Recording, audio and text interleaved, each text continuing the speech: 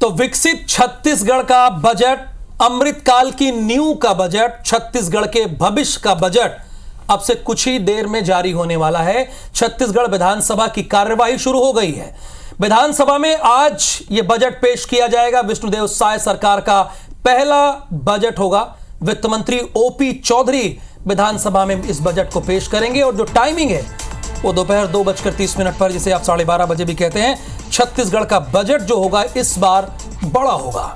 पिछली बार के अकॉर्डिंग 1,21,500 करोड़ का 2023-24 का बजट था। इस बार उम्मीद ये लगाई जा रही कि 1,30,000 से ऊपर का बजट होगा। ध्यान दीजिएगा, 1,30,000 करोड़ है इसमें। बजट में मोदी की गारंटी के लिए प्रावधान हो सकते हैं, चूंकि यह कहा जा रहा है कि यह गारंटी का बजट है, विकसित छत्तीसगढ़ का बजट है, अमृतकाल की नींव का बजट है और छत्तीसगढ़ के भविष्य का बजट है। यानी आने वाले 5 सालों में सरकार का फोकस किस ओर होगा, इस बजट में आपको देखने को मिलेगा। सरकार की दूरदर्शिता देखने को मिलेगी और गारंटी का बजट, जैसा कि हम नाम भी दिए हैं, IBC 24 गारंटी वाला बजट, ये हम नाम चला रहे हैं। और सरकार का भी ये कहना है कि गारंटी का बजट, जो कहेंगे, जो लिखेंगे, उसे वो पूरा करेंगे। उम्मीद लोगों को बहुत है, जैसे कि महतारी वंदन पर सरकार का फोकस होगा। नया सरकारी मेडिकल कॉलेज खोलने पर भी सरकार का फोकस होगा। देश के प्रधानमंत्री नरेंद्र मोदी ने कहा कि आने वाले समय में इलाज और सस्ता होगा, मेडिकल कॉलेज ज्यादा खोलेंगे, उसकी जरूरत है। चूंकि आबादी बढ़ रही है लगातार, मेडिकल कॉलेज और हॉस्पिटल की सुविधाएं ये बढ़नी चाहिए। 1947 के अकॉर्डिंग ये सब कुछ नहीं होना चाहिए। अब स्थिति बदल गई है। वित्त मंत्री ओपी चौधरी विधानसभा में बजट पेश करेंगे। एक जानकारी ये भी है कि एक लंबे समय के बाद कोई वित्त मंत्री बजट पेश कर रहा है। हालांकि वित्त मंत्री ही बजट पेश करता था, लेकिन वो मुख्यमंत्री रहते थे। तो एक मोटा मोटा आंकड़ा जो है वो 18 साल के बाद कोई वित्त मंत्री इस बजट को पेश कर रहा है, वरना जो मुख्यमंत्री होते थे उनके पास ही वित्त मंत्रालय हुआ करता था। तो विधानसभा की कार्यवाही शुरू हो गई। सीधे आपको वहीं लिए चलते हैं, क्योंकि आज का दिन बहुत ही अहम है। मैं माननीय मंत्री जी से ये जानना चाहता हूं कि ये जो खरीदी की गई है और उसमें जो भंडार क्रय नियम का जो उसका पालन नहीं हुआ, बिना टेंडर के ये नेकाब से, NCCF से और बाकी जगह से खरीदी की गई है, वो लगभग मैं समझता हूँ 50 करोड़ के आसपास की है। तो क्या मंत्री जी, जिसमें छूट नहीं दी गई है और उसकी खरीदी की गई है, तो नियम का उल्लंघन किया गया है, तो आप उसकी जांच कराएंगे? माननीय अध्यक्ष महोदय, जैसा आपने कहा कि पूर्व के प्रश्न में, क्योंकि माननीय धर्म कौशिक जी इसका प्रश्न, और अब बजट पर महाचर्चा करने के लिए हम सभी तैयार हैं। और ये 4 खास मेहमान आपको हमारी स्क्रीन पर दिख रहे हैं। अमित चिमनानी जी हैं, ये महालेखाकार के सलाहकार रहे हैं और इस वक्त भारतीय जनता पार्टी में मीडिया प्रभारी हैं। आपका स्वागत है। अभय नारायण जी हैं, ये कांग्रेस के प्रवक्ता हैं, आपका भी बहुत स्वागत है। और इसी के साथ साथ राम अवतार तिवारी जी हैं, वरिष्ठ पत्रकार हैं। बहुत सारे बजट, यानी जब से छत्तीसगढ़ का बजट पेश किया जा रहा है, राम अवतार तिवारी जी तब से देख रहे हैं, नजर इनकी है, अनुभव लंबा चौड़ा है, इसीलिए सवाल भी इनसे होगा और इनसे पूछेंगे। और साथ ही साथ हमारे साथ सुरेश कोठारी जी हैं, CA हैं, अच्छे जानकार हैं, बिजनेस को समझते हैं, इसलिए उन्हें आमंत्रित किया गया है। तो बहुत स्वागत है आप चारों मेहमानों का। अमित चिमनानी जी, पहला सवाल मेरा आपसे ही है, चूंकि आप भारतीय जनता पार्टी के मीडिया प्रभारी तो हैं ही, CA भी हैं और महालेखाकार के सलाहकार भी रहे हैं। तो ये आप कह रहे हैं जो ये बजट आप पेश होगा थोड़ी देर बाद 12:30 बजे, आप कह रहे हैं कि विकसित छत्तीसगढ़ का बजट होगा, ये गारंटी का बजट होगा, अमृतकाल की नींव का बजट होगा। जरा इसका मतलब है क्या, ये हमारी छत्तीसगढ़ की जनता सुने भी, आपके जरिए जाने भी, आप ये क्यों कह रहे हैं? राहुल जी, आज जो बजट आ रहा है, इस बजट को प्रस्तुत करने के पहले क्या चुनौतियां रही हैं पिछले 5 वर्षों में, ये जब हम इसकी भूमिका देखेंगे तब इस बजट का एनालिसिस ज्यादा अच्छा कर पाएंगे। हमने कल आर्थिक सर्वेक्षण देखा कि प्रति व्यक्ति आय कितनी बड़ी, एक आंकड़ा आपको हैरान करेगा। पिछले 5 वर्षों में कांग्रेस के शासन में प्रति व्यक्ति आय जितनी बढ़ी उतना ही प्रति व्यक्ति कर्जा भी बढ़ गया। तो क्या फायदा हुआ? 9,000 करोड़ रुपए का ब्याज पिछली सरकार चुकाती थी, जो गरीबों के हक का पैसा था। वो इतना कर्जा कांग्रेस ने ले लिया कि ब्याज पटाने में 9,000 करोड़ चला जाता था। आप देखिए कि आधारभूत संरचना के सारे काम ठप्प पड़े रहे। जो भारतीय जनता पार्टी की सरकार पिछली चल रही थी, तब जो काम जहां रुका वो 5 साल में आगे नहीं बढ़ा। छत्तीसगढ़ में 1 रुपए का निवेश किसी ने नहीं किया, क्योंकि ना लॉ एंड ऑर्डर ठीक था, ना गुड गवर्नेंस था, ना यहां पर परिवहन की सुविधाएं थी। तो जब इतनी सारी समस्याएं और इतनी सारी चुनौतियों को जो बजट पार करेगा राहुल जी, वो बजट विकसित छत्तीसगढ़ का बजट होगा। वो छत्तीसगढ़ में फिर से सुशासन लाने वाला बजट होगा। वो छत्तीसगढ़ के लोगों के सपनों को साकार करने वाला होगा। वो कैसे होगा? कैपिटल एक्सपेंडिचर किसी भी बजट की सबसे प्रायोरिटी वाली रिक्वायरमेंट होती है कि कोई बजट आए, उसमें हम अपनी संरचना को, इंफ्रास्ट्रक्चर को, फैसिलिटीज को मजबूत करने के लिए क्या काम कर रहे हैं, क्योंकि उसी से उद्योग लगते हैं, उसी से निवेश आता है, उसी से रोजगार डेवलप होता है, उसी से अर्थव्यवस्था चलती है। तो इस बजट में आपको कैपिटल एक्सपेंडिचर का वो प्रावधान देखने को मिलेगा जो पिछले 5 साल से गायब था। यहां पर हमने देखा कि कांग्रेस ने संकल्प पत्र में जो वादे किए उसका बजट में प्रोविजन ही नहीं करते थे। वादा किया कुछ, प्रोविजन किया कुछ नहीं।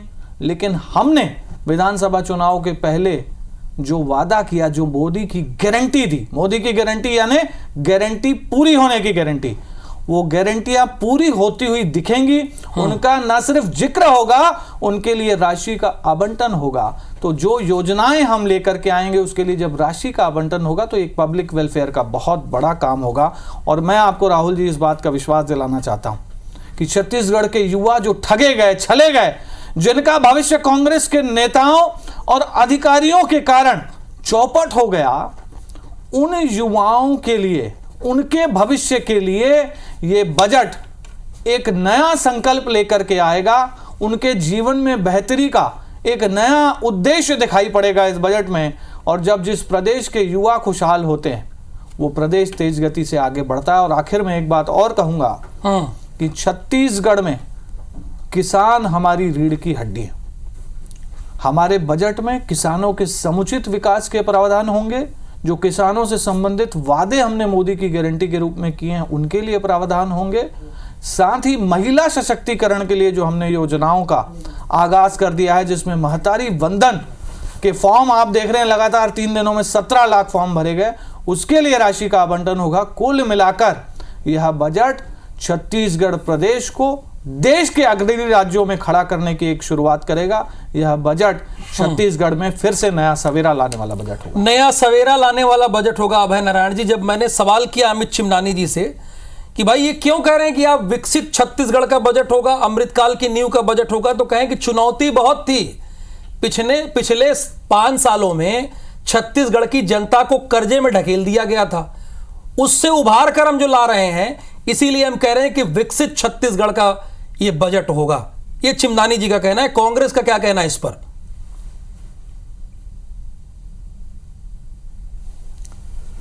राहुल जी, बजट प्रस्तुत करना और बजट पे भाषण देना ये दोनों अलग चीजें हैं। भारतीय जनता पार्टी के लोग, चाहे उनके वित्त मंत्री भी बजट पेश करेंगे 12:30 बजे, और उनके विधायक, और अभी अमित चिमनानी जी, उनको भी मैं नमस्कार करता हूं। बहुत दिनों बाद आज डिबेट में मुलाकात हुई है।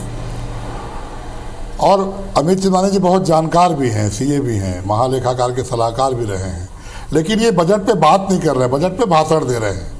जिस तरह नरेंद्र मोदी जी विकसित भारत, अमृतकाल का भारत, नया भारत, ये सब वर्ड का, शब्दों का उपयोग तो होता है, लेकिन विकसित भारत कैसे? तो अभी तो प्रश्न है कि विकसित छत्तीसगढ़ कैसे? जहाँ तक कर्जे की बात है और ब्याज देने की बात है, 15 साल की सरकार ने 53,000 करोड़ कर्ज छोड़ के गए थे। गलत आंकड़ा। आज 40,000 करोड़ और लेना पड़ा। तो हमने कर्ज किसके लिए लिया? हमने ग्रामीण अर्थव्यवस्था के लिए कर्ज लिया, हमने किसानों के लिए कर्ज लिया, हमने कृषिहीन भूमि मजदूरों के लिए कर्ज लिया, हमने स्व सहायता समूह की महिलाओं को आगे बढ़ाने के लिए कर्ज लिया और बाजार गुलजार रखा। अभय जी, मैं चूंकि आपको टोकना नहीं चाह रहा था, जो कर्ज था 15 साल मैंने टोका नहीं था, वो लेकिन इसका विभाग आपने के जो लिए एक था। आंकड़ा कहा उसमें अमित जी ने कहा गलत आंकड़ा, तो ये जरा आप दोनों लोग जरा आप ये बात कर लीजिए। उन्होंने कहा गलत आंकड़ा। जब हमारी सरकार गई थी तो 41,000 करोड़ रुपए का कर्ज हमने छोड़ा था, जिसको अभय नारायण जी ने 51,000 करोड़ का 10,000 करोड़ अतिरिक्त जोड़ लिए थे, वो करेक्ट कर लीजिए। अभय जी जी जी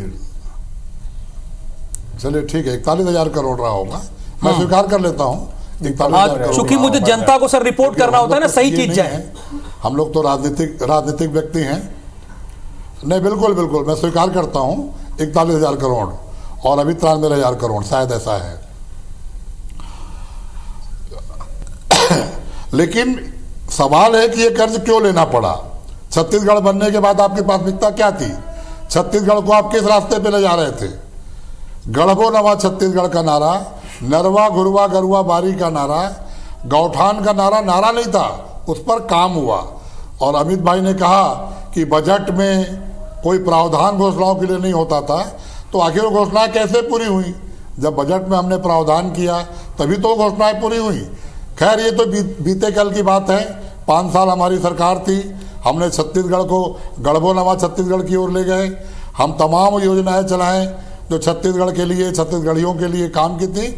आज चूंकि बजट आ रहा है और छत्तीसगढ़ की जनता आने वाले बजट पे चर्चा सुनना चाहती है। मैं अभी से आपको कह रहा हूँ 12:30 बजे बजट आएगा।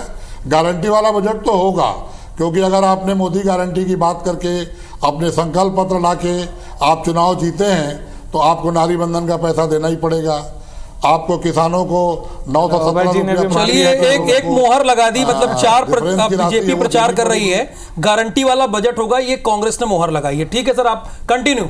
अभय जी,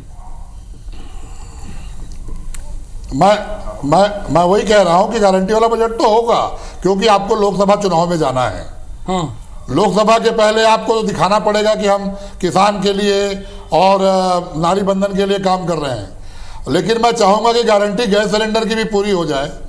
मैं चाहूंगा कि युवाओं के लिए जो 2 करोड़ रोजगार मोदी जी ने कहा था, वो विकसित छत्तीसगढ़ में यहाँ कुछ युवाओं के रोजगार के साधन इसमें दिखे, ऐसी कोई योजना आए कि युवाओं को रोजगार। ठीक है, यानी अभय नारायण जी कह रहे हैं कि गारंटी वाला बजट होगा, लेकिन कुछ और गारंटियां पूरी होनी चाहिए, कुछ और गारंटियां पूरी होनी चाहिए। गढ़बो नवा छत्तीसगढ़ से विकसित छत्तीसगढ़ की ओर उसके लिए कोई बात नहीं की जा रही है। ये बजट जा चुका है। राम अवतार तिवारी जी, वरिष्ठ पत्रकार भी हमारे साथ हैं। अब कांग्रेस के प्रवक्ता भी मान रहे हैं कि गारंटी वाला बजट होगा, लेकिन उन्होंने कहा है कि लोकसभा चुनाव है, इसलिए बीजेपी को यह काम करना है। तो छत्तीसगढ़ की जनता आपके जरिए सुनना चाहती है ये बजट कैसा होगा, और सरल भाषा में सर, चूंकि कई बार कठिन चीजें समझ में नहीं आती हैं जनता को। देखिए, नई सरकार है, लोगों का अपेक्षाएं ज्यादा है, डबल इंजन की सरकार है और मोदी की गारंटी है। तो मोदी की गारंटी की लगभग जो योजनाएं हैं, उन योजनाओं के लिए कैबिनेट से मंजूरी भी मिल चुकी है, पैसा भी मिल चुके हैं। अब और बाकी योजनाएं हैं, उन योजनाओं पे एक विस्तार पे ये चीज़ें आएंगी कि वेलफेयर पे और सरकार क्या क्या करना चाहती, क्योंकि 158 जो है वो गारंटी है। आप 4-5 बड़ी गारंटी पे बात कर रहे हैं, उसके अलावा 158 है जो मुद्दे अलग अलग हैं, समाज के अलग अलग वर्ग को भी छुआ गया है। उन वर्गों में कितने बार कितने लोगों को कर पाते हैं, ये है एक तरह का सरकार का रोड मैप इससे दिखेगा। पहली बात, रोड मैप यानी आगे की 5 साल सरकार को किस तरफ ले जाएंगे। ठीक है। दूसरी बात जो भाजपा को इसमें एक्सपर्ट है कि अधोसंरचना पे बेहतर काम पिछले 15 साल में भी किए हैं, तो लोगों को अपेक्षा है कि अधोसंरचना पे फिर से पैसा दिए जाएंगे। ठीक। तीसरी बात यह है कि बड़ी जो समस्या है, कर्ज तो इस सरकार ने भी ले लिया है, 2 बार ले लिया है, शायद सरकार ने भी ले लिया है, तो कर्ज तो और लेना पड़ेगा, क्योंकि कर्ज लेने को कोई जो ज्यादा बुराई की नजर से सरकारें नहीं देखती, चाहे वो मोदी की सरकार हो चाहे किसी की भी सरकार हो। तो ये जो बड़ी चुनौती ये है। राम अवतार जी, मैं इसलिए आपको रोक रहा हूं चूंकि ये तस्वीरें बहुत उत्साहित दिख रहा है, वो बड़ा उत्साहित। और तस्वीरें ऐसा बजट दिखा रहे हैं कि जो युवा है, गांव का है, शहर का है, वो खुशहाल दिखेगा। उस इस तरह का बजट वो लाते हुए दिख रहे हैं। उनके मन में जो दिख रहा है कि एक छत्तीसगढ़ को वित्त वो मंत्री अच्छे ओपी चौधरी जी निकल रहे हैं यहाँ से। एक्सक्लूसिव तस्वीरें हैं। अब वित्त मंत्री ओपी चौधरी चूंकि 12:30 बजे अपना बजट पेश करेंगे, उसके पहले ये तस्वीर इसलिए भी खास हो जाती है चूंकि आज छत्तीसगढ़ की जनता को इनसे भगवान का बहुत दर्शन करने जा रहे हैं वो। हाँ, भगवान का दर्शन करने जा रहे हैं। और जब मुख्यमंत्री का ऐलान हुआ था तब भी वो गए थे राम मंदिर, और उसके बाद जब आज बजट पेश करने जा रहे हैं तो ओपी चौधरी जी भी जा रहे हैं। देखिए, ओपी चौधरी पर बहुत बड़ी जिम्मेदारी है। वित्त मंत्री जो रामचंद्र सिंहदेव के बाद किसी को बनाया गया है, वो भी आईएएस की नौकरी छोड़कर जो राजनीति में आए हैं, तो एक राजनीति की भी समझ है, प्रशासन की बेहतर समझ है, और वित्तीय जो स्थिति है वो बेहतर मजबूत करके रोड मैप तैयार करके लाइन में लाना, और केंद्र सरकार और राज्य सरकार के बीच समन्वय करना, योजनाओं को लागू करना, घाटा ज़्यादा ना हो। जो जिस तरह से अमित चिमनानी जी बोल रहे थे कि हम कर्ज इतना दे रहे हैं, वो कर्ज कैसे कम होगा, अपने अधोसंरचना से कैसे कर्ज जुटाएंगे, ये सब भी बताना पड़ेगा कि कर्ज को एक विपक्ष का बड़ा मुद्दा मिल सकता है उससे कि कर्ज अगर बढ़ा लगातार, इस सरकार में आने के बावजूद भी कर्ज बढ़ेगा, तो कर्ज को कैसे कम करेंगे, अपने संसाधनों से बजट में कैसे वो पैसा जुगाड़ करेंगे और छत्तीसगढ़ का विकास करेंगे, ये सब आगामी 1 घंटे बाद दिखेगा। बिल्कुल सुरेश जी, देखिए जो पिछले साल का आर्थिक सर्वेक्षण है और जो इस साल का आर्थिक सर्वेक्षण है, उसमें देश की जीडीपी से पहले हम 1% ज्यादा थे, इस बार कम है। तो इसे हम कैसे देखें, क्या बहुत फर्क पड़ने वाला है या क्या है, ये हमारे दर्शकों को आप आसान भाषा में समझाइए। जो दोनों साल का आर्थिक सर्वेक्षण है, यानी जब भूपेश बघेल ने पेश किया था और जब कल ओपी चौधरी ने आर्थिक सर्वेक्षण पेश किया था। राहुल जी, ऐसा है कि जो छत्तीसगढ़ की जीडीपी है वो लगभग 3,21,000 करोड़ की है, और जीडीपी में छत्तीसगढ़ का जो योगदान है लगभग 1% है। जो भारत की जीडीपी में छत्तीसगढ़ का योगदान है लगभग 1% है। तो छत्तीसगढ़ में जो जीडीपी है वो 1% अगर देखा जाए हमारा 28 और जो राज्य है उसके हिसाब से काफ़ी कम है। तो जीडीपी की जो ग्रोथ रेट है, अभी जैसे ओपी चौधरी जी ने कल जब आर्थिक सर्वेक्षण पेश किया तो ग्रोथ रेट उन्होंने लगभग 7% से ऊपर बताई। तो ये अगर ग्रोथ रेट हम अचीव करते हैं तो निश्चित तौर पे हमारा जो शेयर है, जो भारत की जो जीडीपी में जो हमारा शेयर है और जो छत्तीसगढ़ की जीडीपी बढ़ेगी, वो उसमें काफ़ी सकारात्मक बदलाव होगा। दूसरा कि जो बजट की जो आंकड़े की जो बात आपके रिपोर्ट्स में भी आ रही है कि पिछली बार जो बजट था 1,21,000 करोड़ का था और इस बार बजट 1,30,000 करोड़ का होगा, तो मैं यहाँ बताना चाहूँगा पिछली बार का जो बजट था वो लगभग 1,27,000 करोड़ का था। क्योंकि 1,21,000 करोड़ का बजट उन्होंने पेश करने से पहले 6,000 करोड़ का एक अनुपूरक बजट भी पेश किया था, तो वो भी एक तरह का बजट में ही शामिल होता है। उसको ऐड करना होगा, बिल्कुल ठीक बात, राइट। और उसी तरह से अभी उन्होंने 13,584 करोड़ का अनुपूरक बजट पेश किया है, और अभी मुझे लगता है कि जो 1,30,000 करोड़ आप कह रहे हैं उससे भी ज़्यादा, उससे भी बड़ा मतलब बजट होगा। क्योंकि भारतीय जनता पार्टी की जो कार्यशैली है, जो जिस तरह से ये कार्य करती, मुझे ऐसा लगता है कि ये बहुत बड़े सपने, बड़े विचार और बड़े विज़न के साथ काम करती है। तो अगर ऐसा करना है इन्हें, तो बजट में राशि भी इन्हें ज़्यादा रखनी होगी। तो मुझे लगता है टोटल बजट 1,50,000 करोड़ तक टच करेगा, और ये टच करना भी चाहिए। क्योंकि जैसे कि पूर्व के वक्ताओं ने बताया कि पिछले 5 सालों में अधोसंरचना में काम बहुत कम हुआ है, और ये धरातल पर दिखा भी है। और जैसे कि हमारे मतलब तिवारी जी बता रहे थे कि भारतीय जनता पार्टी की एक मतलब प्रसिद्धि है, यानी आप ये कह रहे हैं कि इंफ्रास्ट्रक्चर पर ध्यान नहीं दिया गया है। मुझे ऐसा लगता कम है 5 सालों में। पिछले बार उन्होंने अधोसंरचना में लगभग 15% का उन्होंने प्रावधान रखा था, और राजस्व खर्चों में 85% का प्रावधान रखा था भूपेश बघेल जी ने। इस बार मुझे लगता है कि क्योंकि 1,50,000 करोड़ का बजट होगा, तो अधोसंरचना में अगर 15% भी रखते तो बढ़ेगा, लेकिन प्रतिशत के हिसाब से भी वो लगभग 20% से ऊपर अधोसंरचना में खर्च मतलब करने का विचार होगा हमारे माननीय ओपी चौधरी साहब का। क्योंकि अधोसंरचना एक ऐसी चीज़ है कि अगर उसमें अगर ज़्यादा आप खर्च करते हैं तो ये सीधा रोजगार से जुड़ा हुआ है, राइट। जैसे जितना आप अधोसंरचना में खर्च करेंगे, जितना इंफ्रास्ट्रक्चर में खर्च करेंगे, उससे आपके जो प्रत्यक्ष और अप्रत्यक्ष जो रोजगार है वो काफ़ी बढ़ते हैं। और मेरा ऐसा मानना है, कई अर्थशास्त्रियों का भी मानना है कि जैसे आप 1 करोड़ रुपए खर्च करते हैं तो एक आपका प्रत्यक्ष या अप्रत्यक्ष रोजगार आपका बढ़ता है। तो इस हिसाब से अगर रोजगार भी मतलब बढ़ाने वाला अगर बजट करना होगा तो इन्हें इंफ्रास्ट्रक्चर में खर्च करना ही होगा, और इंफ्रास्ट्रक्चर में खर्च करने की भी फिलहाल ज़रूरत भी है। क्योंकि हमारे यहाँ अगर आप छत्तीसगढ़ में घूमते होंगे तो देखते होंगे कि कई हमारी जो नेशनल हाईवेज़ है वो शहर के बीच से जाती है। और उनके लिए जो बाईपास है वो कई जगह तो बने हुए, कई जगह नहीं बने हुए। वो आज भी घनी आबादी के बीच से बहुत बड़ी बड़ी गाड़ियाँ जाती हैं, जिसका मैं दुर्ग भिलाई का भी उदाहरण लूँ। तो ये जो चीज़ है कि दुर्घटना रोकना है और अगर स्पीडी ट्रांसपोर्ट करना है तो आपको बहुत सारे मतलब बाईपास बनाने होंगे।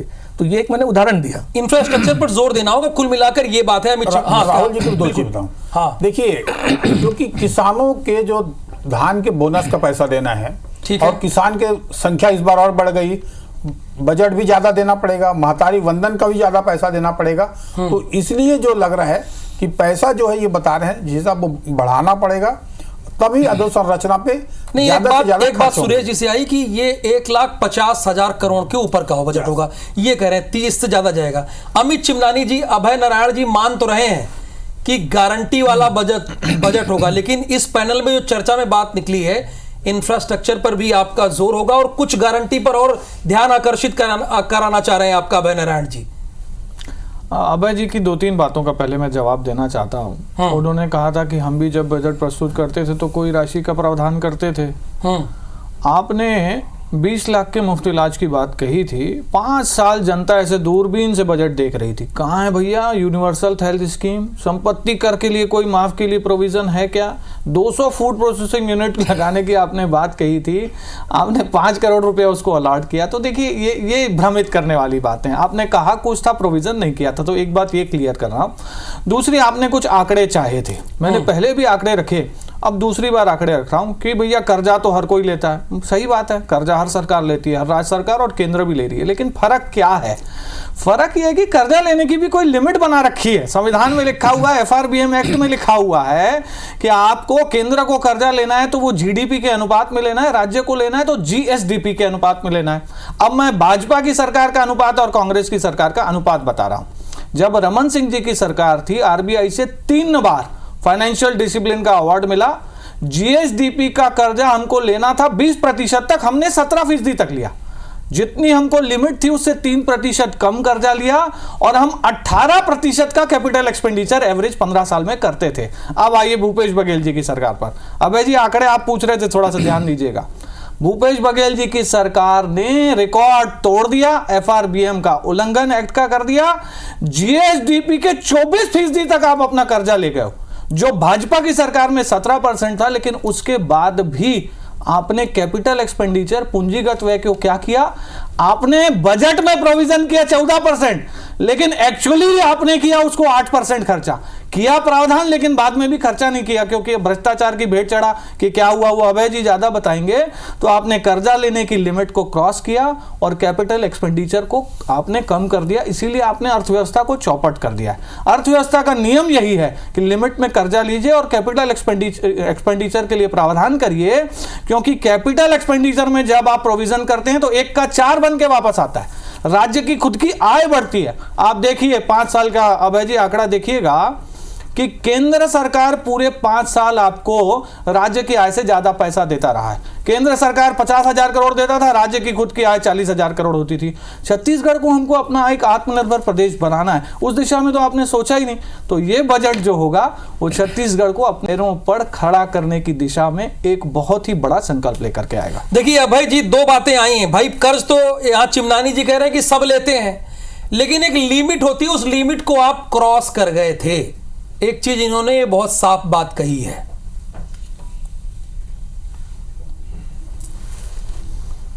देखिए, भूपेश बघेल सरकार ने पहले दिन, शपथ लेते दिन से ही 2 घंटे के अंदर 2500 रुपये धान की कीमत, जो 2500 रुपये के साथ समर्थन मूल्य के साथ उनको 2500 रुपया ही मिला, और किसानों का कर्जा माफ किया। अभय नारायण जी, मैं आपको रोक रहा हूं, यहीं से आप अपनी बात पूरी कीजिएगा, चूंकि जो तस्वीरें आ रही हैं वो दिखानी जरूरी है। आप जहां से अपनी बात ये खत्म कर रहे हैं यहीं से शुरू कीजिएगा बिना कहे। लेकिन ये तस्वीरें बड़ी खास हो जाती हैं। अब मुख्यमंत्री सबसे पहले राम मंदिर जाते हैं और वित्त मंत्री को आज बजट पेश करना है, उसके पहले राम मंदिर जा रहे हैं।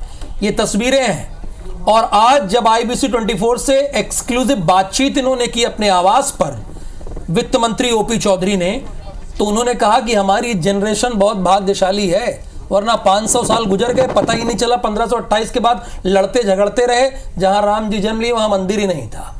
बहरहाल ये तस्वीरें हैं। भगवान राम के दर्शन करने जा रहे हैं और राम के दर्शन करने के बाद ही अपना बजट पेश करेंगे, छत्तीसगढ़ सरकार का बजट पेश करेंगे। मुख्यमंत्री हो, वित्त मंत्री हो, कोई भी शुभ कार्य कर रहे हैं तो प्रभु श्री राम के चौखट पे जा रहे हैं। राम अवतार जी, देखिए बहुत अच्छी चीज़ है, भगवान उन्हें और शक्ति दे और इस राज्य को खुशहाल बनाए और राम राज्य स्थापना की तरफ सरकार जाए। उसके लिए हर व्यक्ति समान माने, भगवान राम ने जो हर व्यक्ति को समान माना है, तो ऊंच नीच की भावना नहीं है। तो बजट में ऐसा गरीबों को इस तरह की योजनाएं लाए, वेलफेयर की योजना लाए, उस योजना से जो गरीब हैं, जो 2 वक्त की रोटी के लिए संघर्ष कर रहे हैं, उनके जीवन में खुशहाली है।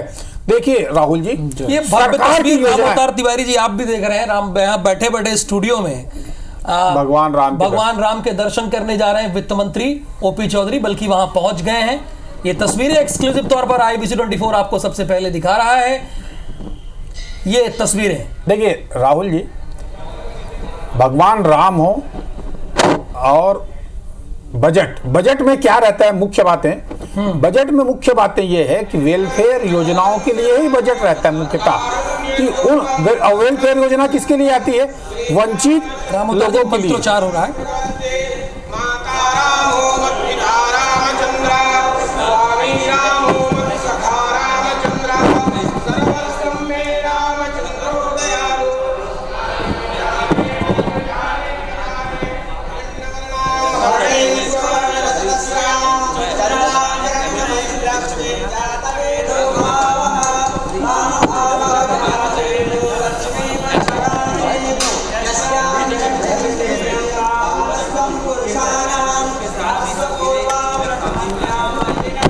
देखिए, विकसित छत्तीसगढ़ का बजट तो होगा ही, अमृतकाल की नींव का बजट होगा, गारंटी वाला बजट होगा, छत्तीसगढ़ के भविष्य का बजट होगा, लेकिन राम राज वाला भी बजट चाहिए, जो आप कह रहे थे। भगवान राम के दर्शन कर रहे हैं तो नहीं, आप बोल रहे थे ना कि सबका साथ, देखिए वो तो बीजेपी कह रही है। नहीं, देखिए बजट में जो है, क्योंकि 2 CA बैठे हैं, मेरे से ज़्यादा विद्वान हैं, परंतु जो बजट है वो सामाजिक जो ताना बाना है, सामाजिक तौर पे जो लोग योजनाएं जो बने, जिन योजनाओं को माना जाता है जो जीवन में उद्धार करे, सबके जीवन में परिवर्तन लाए, वो बजट है। तो इस बजट में भगवान भी चाहते हैं यही कि समाज में सबके लोगों को ये संदेश जाए। तो ये बजट उस दिशा में अगर जाए तो ज्यादा अच्छा होगा। बिल्कुल बिल्कुल। स्टार वहां पर मौजूद है। स्टार, इसके बाद क्या सीधे विधानसभा जाएंगे वित्त मंत्री यहां से दर्शन करने के बाद? जी बिल्कुल प्रभु श्री राम के दर्शन और उनसे बातचीत की भी कोशिश कीजिए। सीधा विधानसभा के लिए जाएंगे और वहां पर वो बजट पेश करेंगे। निश्चित रूप से छत्तीसगढ़ के लिए हमारे विष्णुदेव साय जी की सरकार का ये पहला बजट है और प्रभु श्री रामचंद्र जी से राम मंदिर में आशीर्वाद लेकर के विष्णुदेव साय जी के नेतृत्व में राम राज्य अर्थात गुड गवर्नेंस की स्थापना के लिए हम लोग गारंटियों के कार्य करेंगे और इस संकल्प के साथ आज यह राम मंदिर से जा करके पहला बजट में प्रस्तुत करूंगा। वित्त मंत्री देखिए, वित्त मंत्री हैं, उनसे बातचीत कर रहे थे। साफ उन्होंने कहा कि ये गुड गवर्नेंस का बजट होगा और राम राज्य की स्थापना, राम राज्य के कंसेप्ट के आधार पर ये बजट होगा। हाँ, और देखेंगे कि ये कहीं ना कहीं उन्होंने जिस प्रकार से बताया कि सुबह हमने बातचीत भी की थी और बोले थे राम मंदिर जाके प्रभु श्री राम का आशीर्वाद लेंगे कि जिस सोच के साथ उन्होंने बजट बनाया है राम राज्य की स्थापना के हिसाब से, और वो ही साकार हो, ये उन्होंने आशीर्वाद लिया है यहाँ पर। चलिए, बहुत शुक्रिया स्टार इस पूरी जानकारी के लिए आपका। हालांकि ये तस्वीरें लगातार चल रही हैं, ये हम आपको दिखा रहे हैं। वित्त मंत्री ओपी चौधरी ने दर्शन करने के बाद कहा कि राम राज्य वाला भी बजट। अभय नारायण जी, आपको मैंने बीच में रोका था। अमित चिमनानी जी ने आप पर आरोप लगाया था कि लिमिट से ज्यादा कर्ज आपने लिया। कर्ज तो हर सरकार लेती है, हम लिमिट के अंदर थे, लेकिन आप क्रॉस कर गए थे। आप जितना खर्च दिखाते थे उतना करते भी नहीं थे। दूसरा एलिगेशन आप पर उन्होंने ये भी लगाया है। अब छत्तीसगढ़ की जनता जानना चाहती है कि आपका पक्ष क्या है।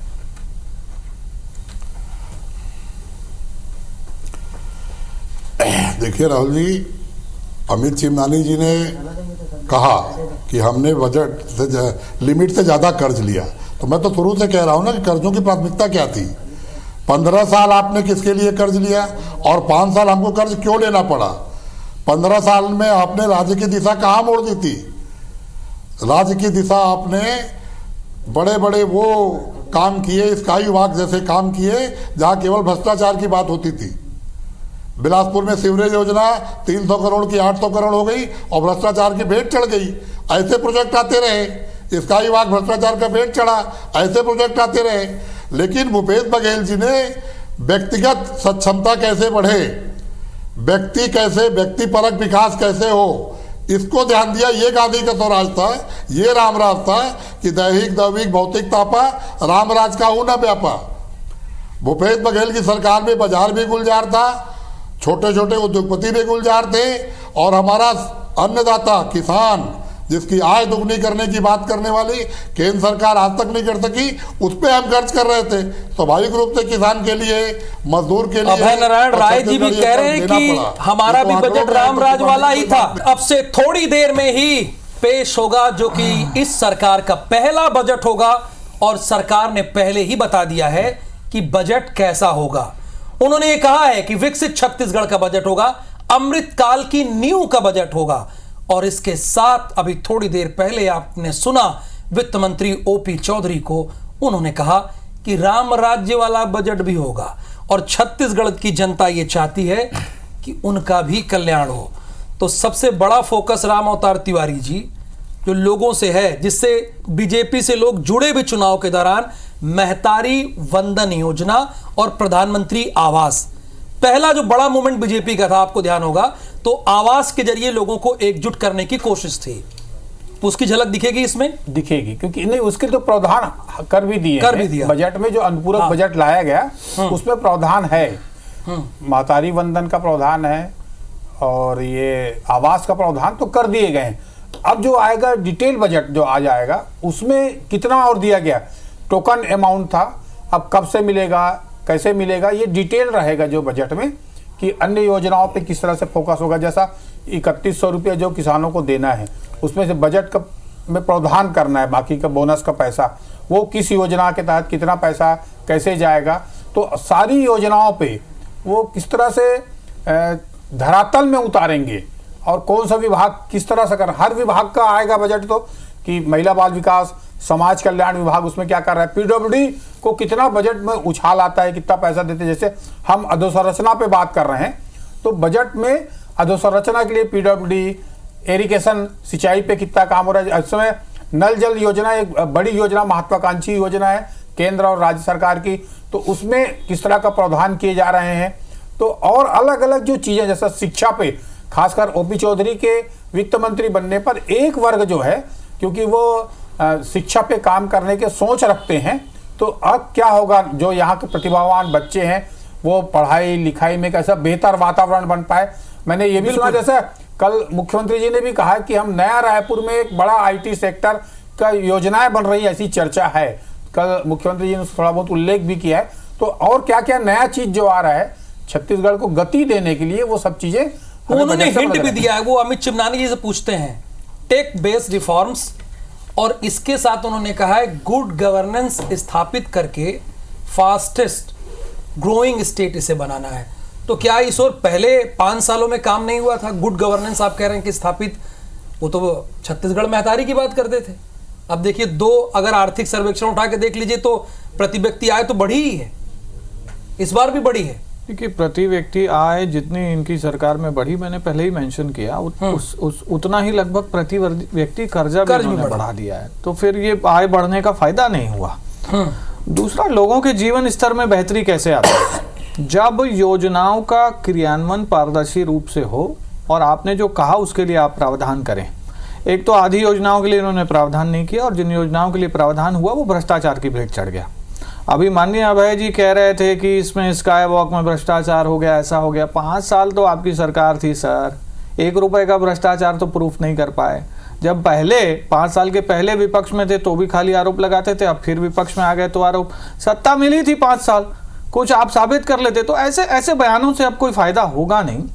भ्रष्टाचार इन्होंने जो किया उसके ऊपर हमने जांच बिठा दी है। तो काम ऐसे होता है सरकार का। तो छत्तीसगढ़ का समुचित विकास जो होगा वो यहाँ के सारे वर्गों के जीवन में बेहतरी लाने का जो उद्देश्य है हमारा, उसके साथ साकार होगा। इस बजट में युवाओं के लिए, महिलाओं के लिए, किसानों के लिए, आदिवासियों के लिए, पिछड़े वर्ग के लोगों के लिए सर्वे भवन्तु सुखिना वाला जो एक हमारा कॉन्सेप्ट है, जिसको राम राज्य भी कहते हैं। राम राज्य मतलब राज्य में रहने वाला हर कोई खुश। और मन बहुत प्रसन्न हुआ है आज आपके आईबीसी चैनल के माध्यम से मुझे श्री राम के दर्शन हुए। हमारे वित्त मंत्री जी ने कितनी श्रद्धा और आस्था के साथ श्री राम जी को प्रणाम किया है।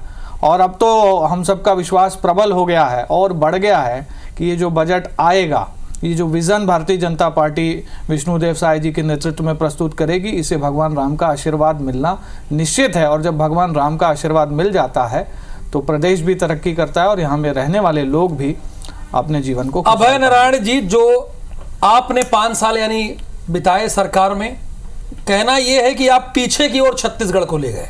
अमित चिमनानी जी रिवर्स गियर पर चला रहे थे। रिवर्स गियर पर आप चला रहे थे। प्रति व्यक्ति आय बढ़ रही थी लेकिन कर्जा भी बढ़ रहा था। लेकिन हम ऐसा नहीं करेंगे, ये कह रहे हैं राहुल जी 2000 के पहले जिन लोगों ने भी छत्तीसगढ़ बनाने की कल्पना की थी या छत्तीसगढ़ राज्य की मांग की थी, वो लोग की एक कल्पना थी कि छत्तीसगढ़ राज्य बनेगा तो छत्तीसगढ़ की संस्कृति, छत्तीसगढ़ के खेलकूद, छत्तीसगढ़ की भाषा, छत्तीसगढ़ की बोली और छत्तीसगढ़ के ऐतिहासिक चीज़ों को हिंदुस्तान जानेगा। 2000 से 2003 तक कांग्रेस की सरकार रही, रामचंद्र सिंह देव जी वित्त मंत्री रहे और पूरे देश में एक अकेले वित्त मंत्री के रूप में वो जाने जाते हैं कि उन्होंने कभी घाटे का या कर्जे का बजट नहीं लाया। जब वो सरकार 2004 में भाजपा की बनी थी, रमन सिंह की सरकार बनी थी, तो फायदे का बजट छोड़ के गए थे, उन्होंने कोई बंधन होने नहीं दिया। लेकिन 15 साल में आप छत्तीसगढ़ को कहाँ ले गए? ये स्थिति बन गई थी कि छत्तीसगढ़ स्थापित करने के आंदोलन चलाने वाले लोग छत्तीसगढ़ बचाओ का नारा दे रहे थे। बाहर से पढ़ाने वाले लोग, ये बाहर लोग अभय नारायण जी 5 सालों की बात कर लेते हैं ना, ठेकेदार, पिछला बजट है, बहुत आगे चले गए, बहुत आगे चले गए। मैं कर रहा हूँ ना, मैं आ रहा हूँ। अभय जी, राज्यसभा के 3 सांसद जो बनाए आपने, अभय जी राज्यसभा के 3 सांसद बनाए, तो वो कहाँ है? वो छत्तीसगढ़ के। देखिए अभय जी, मैं नहीं चाहता कि मेरी डिबेट डिरेल हो। अब ये राज्यसभा की सांसद की बात करने लगे, चूंकि आप 2000 में चले गए। एक मिनट का समय कुछ तथ्य मैं रखना चाहता हूँ, बहुत महत्वपूर्ण तथ्य रखना। मैं बजट पे हूँ, हाँ। मैं बजट पे हूँ, ये बिना तथ्य की बात करेंगे। अमित चिमनानी जी राज्यसभा में आप भी बाहर के लोगों को भेजते हैं। किसको भेजा छत्तीसगढ़ से? जरा नाम बताइए तो अभय जी। किस प्रदेश से? ब्रेक लेना है, उसके पहले सुरेश जी से कौन सी बात है? सुरेश जी सरकार का, अरे वो लोग आते ही नहीं है भाई। देखिए ये विषय जो ले रहे हैं ना, उसमें खुद ही वो घिर रहे हैं। मैं क्या करूं? चिमनानी जी बहुत सी बातें हैं करेंगे ना, बहुत बातें हैं। झूठ बोलने के लिए मैं डिबेट में नहीं बैठ रहा हूँ। आपने 3 राज्यसभा सांसद बाहर के बनाए कि नहीं? सच झूठ की बात है राहुल जी, एक जरा क्लियर करवा लीजिए। सच झूठ पे बात आ गई है, सबकी अपनी प्रतिष्ठा है। 3 राज्यसभा सांसद बाहर के बनाए कि नहीं बनाए? पूरे देश बनाए कि नहीं बनाए भाई जी? आपकी वित्त मंत्री छत्तीसगढ़ के बाहर के 3 राज्यसभा सांसद बनाए कि नहीं? हाँ या ना? इतना जवाब देने की कृपा कर दीजिए। आप भी पूरे देश में बनाते हैं। तुलसी जी कौन है पंजाब के? ये बिहार की रंजन मैडम कौन है? ये राजीव शुक्ला छत्तीसगढ़ के हैं क्या? ये तीनों आपने बनाए कि नहीं बनाए 5 साल में? कांग्रेस के नेता हैं। अरे अरे छत्तीसगढ़ के हैं क्या?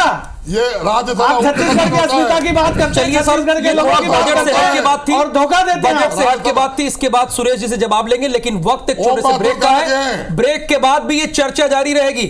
अभय नारायण जी, ब्रेक के बाद